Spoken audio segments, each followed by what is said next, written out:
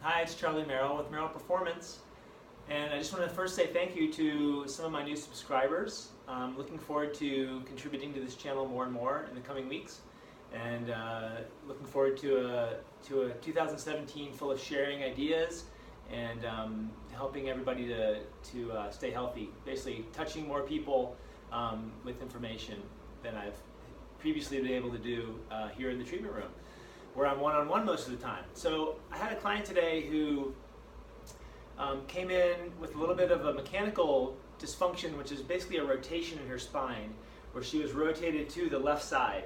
And she was asking me, why does that happen?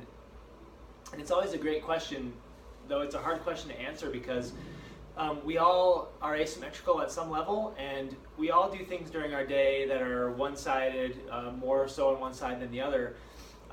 It takes a fair bit of repetition though, and some habits to end up kind of resulting in us getting stuck in one position. And so as I was mobilizing, manipulating her spine to get her moving better, we just had a discussion about some of the options, some of the things I see most commonly. The first one that she resonated for her was sitting cross-legged. So a lot of people they'll just sit cross-legged, and this becomes their habit, and they sit just to this side all the time. What that does is it sets up a situation where our spine is actually rotated to counter our legs.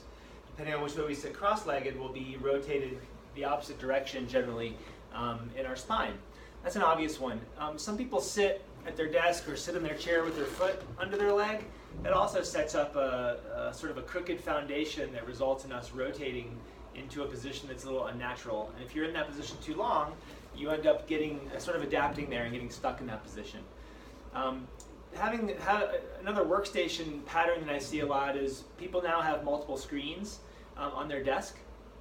And even though they may have a keyboard and a mouse that's in the right position, sort of over their lap in a nice position where they're not having to reach for it, oftentimes they'll have a screen that's off to one side that they're spending a lot of time looking at, which can cause neck, shoulder, and spinal rotation problems.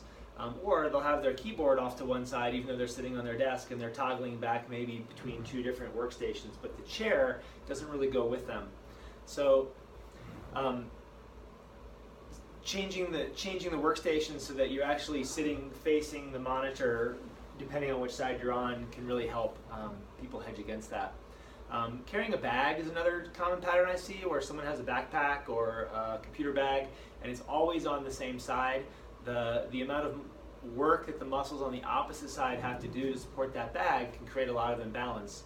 Again, can cause all types of mechanical dysfunctions where we end up getting stuck in a funny position.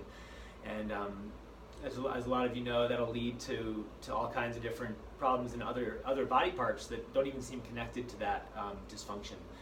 We talked about shoveling snow in a video a few weeks ago, and we're about to get another big snowstorm, so if you haven't watched that, I hope you'll take a second to review that before this big dump of snow.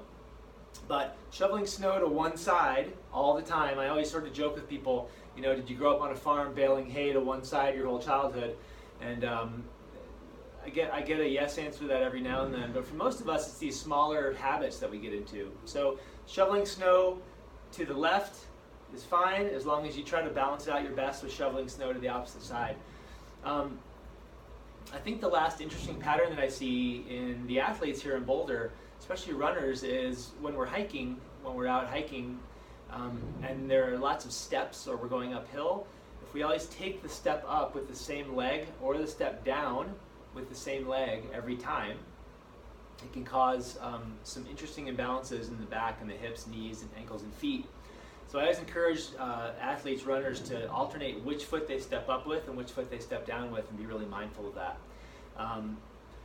There are lots of these patterns. I always encourage people to sort of tune in during their day to see what they might be doing that's repetitive, that's only on one side, or something that they do for long periods of time that's only on one side.